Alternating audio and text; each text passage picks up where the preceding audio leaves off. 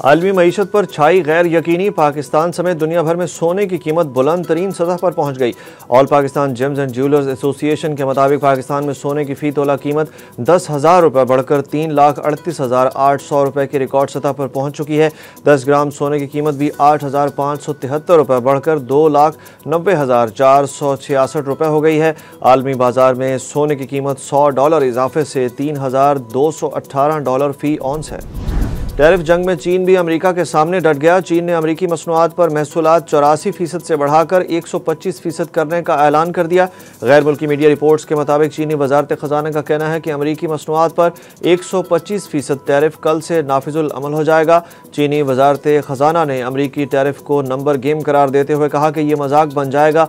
चीन अमेरिका के ताज़ा महसूलात पर आलमी तजारती तंजीम के साथ मुकदमा दायर करेगा। अमेरिका चीनी मसनूआत पर मजमूई तौर पर 145% टैरिफ आयद कर चुका है। काबीना इजलास से खिताब करते हुए डोनाल्ड ट्रंप का कहना था कि मैं चीन के साथ मुआहदा करना चाहूँगा। पाकिस्तान और बेलारूस के दरमियान फौजी ताउन समेत मुख्तलिफ मुआहदों और मफाहमती याददाश्तों पर दस्तखत हो गए। बेलारूस के सदर ने पाकिस्तान के वज़ीर आज़म शहबाज शरीफ और उनके भाई नवाज शरीफ के एजाज़ में अपने फार्म हाउस पर इशाइया दिया। बेलारूस के सदर ने वज़ीर आज़म शहबाज शरीफ और नवाज शरीफ के लिए गैर मामूली गर्मजोशी का इजहार किया। मुश्तरका प्रेस कॉन्फ्रेंस के दौरान शहबाज शरीफ ने बेलारूस की कंपनियों को पाकिस्तान में सरमायाकारी की दावत दी। शहबाज शरीफ ने पाकिस्तान से 1,50,000 नौजवान और इंतहाई हुनरमंद अफरादी क़ुव्वत को मदऊ करने के फैसले पर बेलारूस का शुक्रिया अदा किया। बजट में तनख्वाहदार तबके के लिए खुशखबरी, बिजली भी मजीद सस्ती होगी। वज़ीर ख़जाना ने नवीद सुना दी।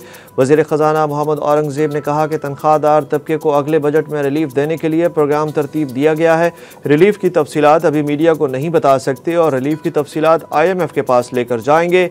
मोहम्मद औरंगज़ेब ने कहा कि जुलाई या इससे पहले बिजली के बिलों में मजीद कमी करने पर काम जारी है। अमेरिका पाकिस्तान का सबसे बड़ा तजारती पार्टनर है।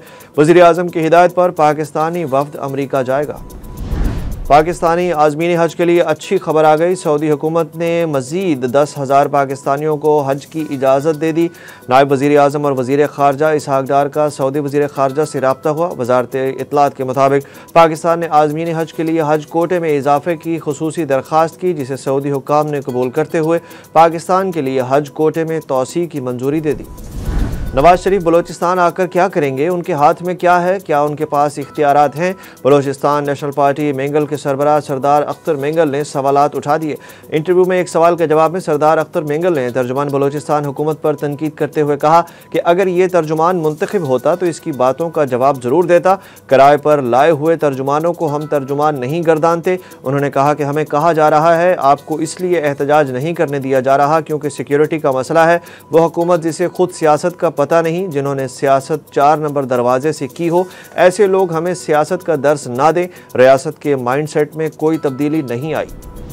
बलोचिस्तान के हालात के तनाजुर में जमीयत उलमा इस्लाम ने सालिसी की पेशकश कर दी। वज़ीर आला बलोचिस्तान सरफराज बुगटी से जमीयत उलमा इस्लाम के मरकज़ी सेक्रेटरी जनरल मौलाना अब्दुल गफूर हैदरी की सरबराही में वफ़द ने मुलाकात की। जमीयत उलमा इस्लाम के वफ़द ने मौजूदा सूरत हाल में सालिसी का किरदार अदा करने की पेशकश कर दी। वज़ीर आला बलोचिस्तान सरफराज बुगटी ने कहा कि बलोचिस्तान में अमन की बहाली हुकूमत और अपोजिशन दोनों की जिम्मेदारी है। केसेस की मुंतकली पर इस्लामाबाद हाई कोर्ट ने बड़ा हुक्म जारी कर दिया। डिप्टी रजिस्ट्रार जुडिशल को आइंदा बगैर कानूनी जवाज केस सिंगल से डिवीजन बेंच ट्रांसफ़र करने से रोक दिया गया। जस्टिस मोहसिन अख्तर कयानी और जस्टिस सरदार एजाज इसहाक ने 12 सफ़ात पर मुश्तमिल फैसला जारी कर दिया। 2 रुकनी बेंच ने अपने तहरीरी फैसले में डिप्टी रजिस्ट्रार जुडिशल को केस ट्रांसफ़र या मार्किंग करते हुए अदालती गाइडलाइंस को मद्देनज़र रखने और कायम मकाम चीफ जस्टिस की हिदायत पर डिवीजन बेंच में मुकर्रर केसेस को दोबारा मुतलका बेंचेस में भेजने का हुक्म दिया है। पाकिस्तान में अदालती फैसले अब मसनूई जहानत लिखेगी। सुप्रीम कोर्ट का बड़ा फैसला आ गया। सुप्रीम कोर्ट ने आर्टिफिशियल इंटेलिजेंस के इस्तेमाल पर गाइडलाइंस तैयार करने की सिफारिश कर दी। सुप्रीम कोर्ट के जस्टिस मंसूर अली शाह की जानिब से जारी 18 सिफात पर मुश्तमिल फैसले में कहा गया कि AI को फैसला लिखने में, रिसर्च और ड्राफ्ट तैयारी में इस्तेमाल किया जा सकता है। AI सिर्फ मुआविन आला है, एक जज की फैसला साजी का मुतबादिल नहीं है। फैसले में कहा गया कि गाइडलाइंस में तय किया जाए जुडिशल सिस्टम में AI का कितना इस्तेमाल होगा। महकमा मौसमियात ने आइंदा हफ्ते के दौरान मुल्क में शदीद गर्मी की लहर आने की पेशगोई कर दी। 13 अप्रैल से फिजा में हवा के ज़्यादा दबाव के बायस मुल्क के बेशतर इलाके गर्मी की लपेट में रहेंगे। महकमा मौसमियात के मुताबिक 14 अप्रैल से मुल्क के जनूबी इलाके शदीद गर्मी की लपेट में होंगे। सिंध, जनूबी पंजाब और बलोचिस्तान में 13 से 18 अप्रैल के दरमियान दर्जा हरारत मामूल से 6 से 8 डिग्री सेंटीग्रेड ज़्यादा रहने का इम्कान है।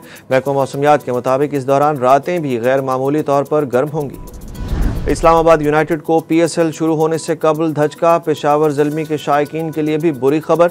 ऑस्ट्रेलवी खिलाड़ी एलेक्स कैरी ने पाकिस्तान सुपर लीग में अदम दस्तयाबी जाहिर कर दी। उन्होंने इस्लामाबाद यूनाइटेड की नुमाइंदगी करना थी, जबकि पाकिस्तान सुपर लीग 10 की टीम पेशावर ज़ल्मी के कप्तान बाबर आजम इस्लामाबाद में प्रैक्टिस सेशन के दौरान इंजरी का शिकार हो गए। बाबर आजम की एक वीडियो सोशल मीडिया पर वायरल हो रही है, जिसमें उन्हें प्रैक्टिस सेशन के दौरान इंजरी के बाद ड्रेसिंग रूम तक लंगड़ा कर जाते हुए देखा जा सकता है।